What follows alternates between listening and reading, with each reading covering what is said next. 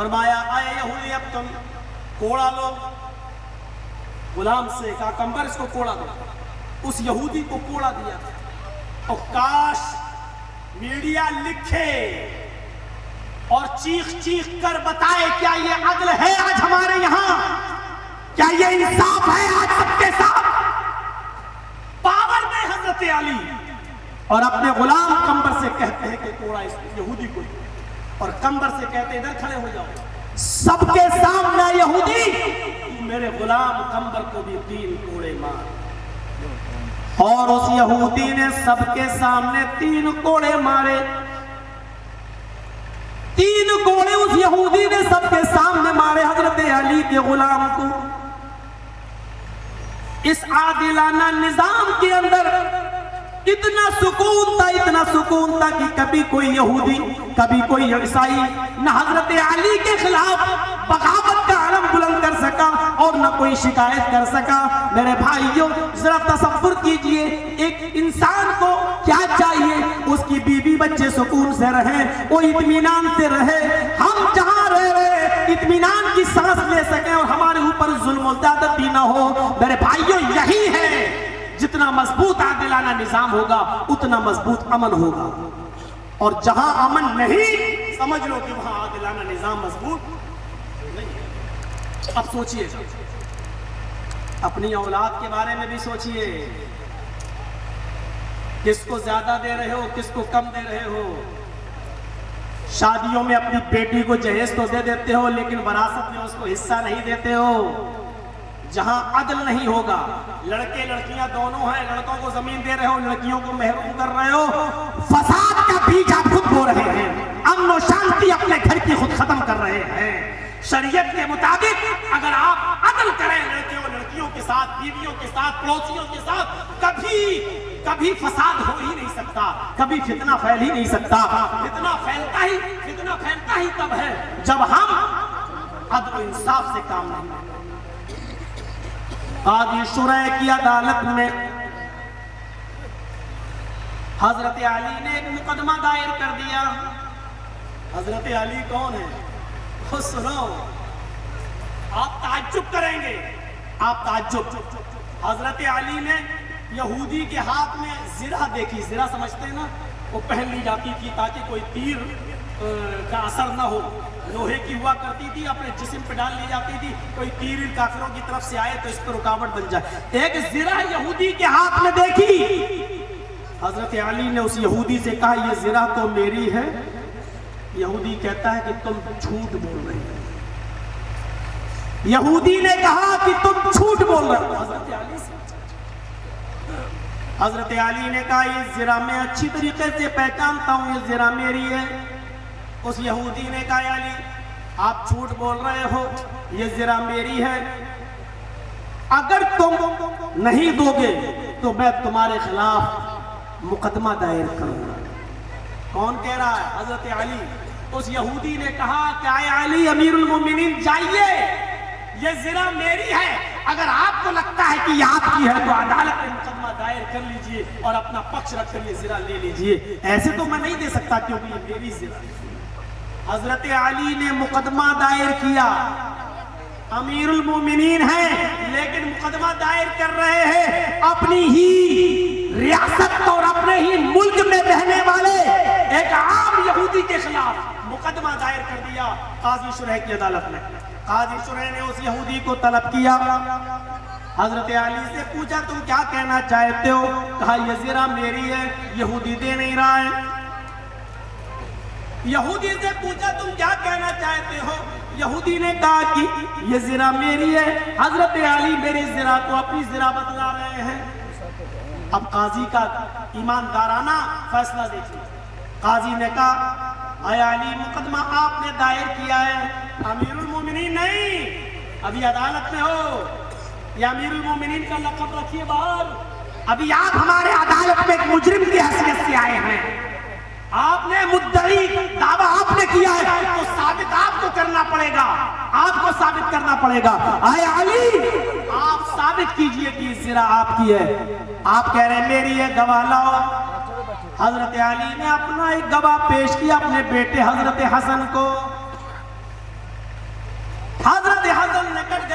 کھڑے ہو کر گواہی دی کہ یہ زرا میرے باپ یوز کیا کرتے تھے، استعمال کیا کرتے تھے، اس کی پہچان یہ تھی اور میں اچھی طرح جانتا ہوں یہ زرا میرے باپ کی، حضرت علی کی۔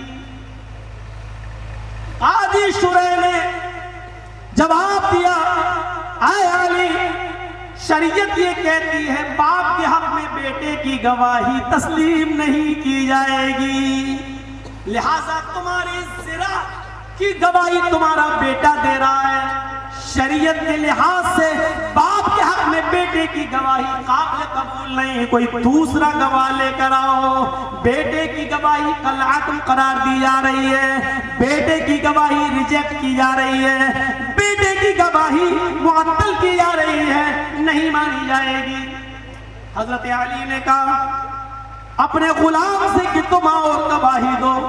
ان کے غلام نے گواہی دی کہ یہ زرا میرے آقا کی ہے، میں نے کئی مرتبہ پہنے ہوئے دیکھا ہے اور اس کی پہچان یہ اور یہ سب اس زرا کے اندر موجود ہے، میں اچھی طریقے سے جانتا ہوں یہ زرا میرے آقا کی ہے، امیر المومنین کی حضرت علی کی ہے۔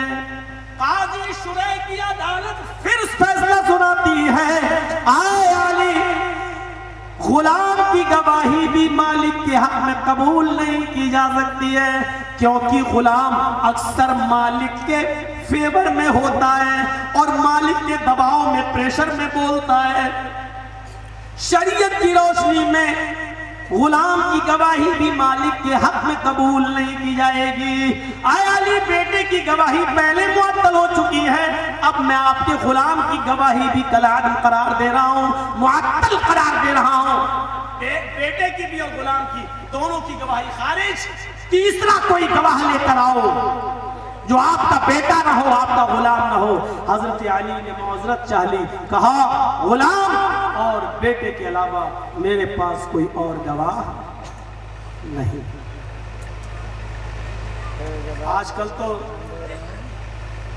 توڑیوں میں مل جاتے ہیں گواہ، جھوٹی گواہی دینے کے لیے عدالت کے باہر بھی کھڑے رہتے ہیں کہ گواہی دلوا لو جھوٹی۔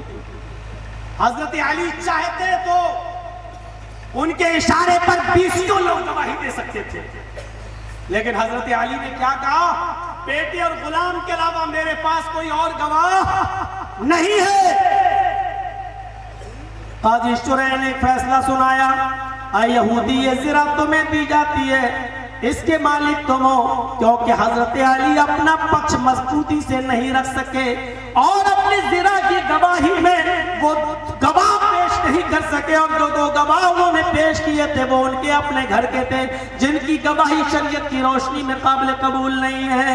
ان کی گواہی نہ ملنے کی وجہ سے یہ زرا اسی کو دی جاتی ہے جو اس کا مالک ہے، جس کے ہاتھ میں یہ ہے۔ اے یہودی، زرا کے مالک تم ہو، اس کا حق تمہیں دیا جا رہا ہے، تم لے کے جا سکتے ہو۔ قاضی شریح نے حضرت علی کے خلاف فیصلہ سنایا، جبکہ قاضی کو قاضی بنایا بھی تھا حضرت علی نے، حضرت علی ہی نے ان کو قاضی بنایا تھا، لیکن جج کا فیصلہ، قاضی کا فیصلہ حضرت علی کے خلاف جاتا ہے۔ حضرت علی نے یہ نہیں کہا باہر نکلو، دیکھو 2 دن میں ہم تمہیں معطل نہ کر دیتے، پاور میرے ہاتھ میں ہے، دوسرا لائیں گے، نہیں۔ حضرت علی نے اس یہودی کو اپنے گلے لگایا اور کہا مبارک ہو، یہ مقدمہ تم جیت گئے ہو، مجھے خوشی اس بات کی ہے کہ ہمارے قاضی قرآن و حدیث سے ہٹ کر انہوں نے فیصلہ نہیں سنایا، یا اگرچہ زرا میری ہے۔ اس یہودی نے عدالت کے باہر نکل کر چیخ کر اور چلا کر کہا، اے علی، سچ یہی ہے کہ یہ زرا آپ کی، لیکن میں دیکھنا چاہتا تھا کہ یہ قاضی اور یہ جج کہیں آپ کے پریشر میں کام کرتا ہے یا آپ کے نبی کے بتائے ہوئے اصول اور ضابطے کے مطابق کام کرتا ہے۔ آپ کے جج نے، قاضی نے وہی کام کیا جو قرآن و حدیث نے اس کو سکھایا۔ میں یہی دیکھنا چاہتا تھا کہ آپ کے دور خلافت میں قرآن و حدیث پر کتنا عمل ہوتا ہے، آپ کا قاضی آپ کے پریشر میں کام کرتا ہے یا کتاب و سنت کی روشنی میں کام فیصلہ سناتا ہے۔ یہ زرا آپ لیجئے، اور وہ یہودی وہیں پر کھڑے ہو کر چیختا اور چلاتا ہے، کہتا ہے کہ ایسے مذہب پر میں بھی قربان ہو جاتا ہوں جس مذہب میں قاضی کو پریشر میں آنے مروب نہیں کیا، اور قاضی نے حضرت علی کی پرواہ نہیں کی امیر المومنین ہونے کی۔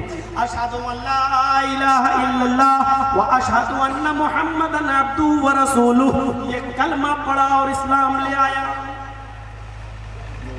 عدل تھا تو امن، عدل تھا تو شانتی تھی۔ میرے بھائیوں، اس ملک کو ضرورت ہے عدل کی اور عادلانہ نظام کی۔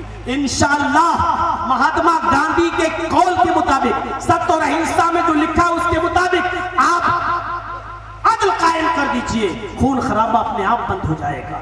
مجرم جو بھی ہو، چاہے وہ داڑھی والا ہو یا ٹیکہ دھاری، مجرم کو سزا ملنی چاہیے۔ اس وقت یہ نہ دیکھا جائے کہ اس کو اس لیے چھوڑا جائے کیونکہ یہ ٹیکہ دھاری ہے، اور اس کو اس لیے قتل کیا جائے یا مارا جائے کیونکہ یہ داڑھی والا ہے۔ مجرم کو مجرم کی نظر سے دیکھا جائے، ہندو مسلم سکھ اور عیسائی کے عینک سے نہ دیکھا جائے۔ پھر دیکھو ہمارا یہ ملک سونے کی چڑیا پھر سے بن جاتا ہے اور بحال ہو جاتا ہے۔ میرے بھائیوں، غلط کو غلط کہو کیونکہ وہ غلط ہے، صحیح کو صحیح کہو کیونکہ وہ صحیح ہے۔ میرے بھائیوں، آتنکواد کا اور دہشت گردی کا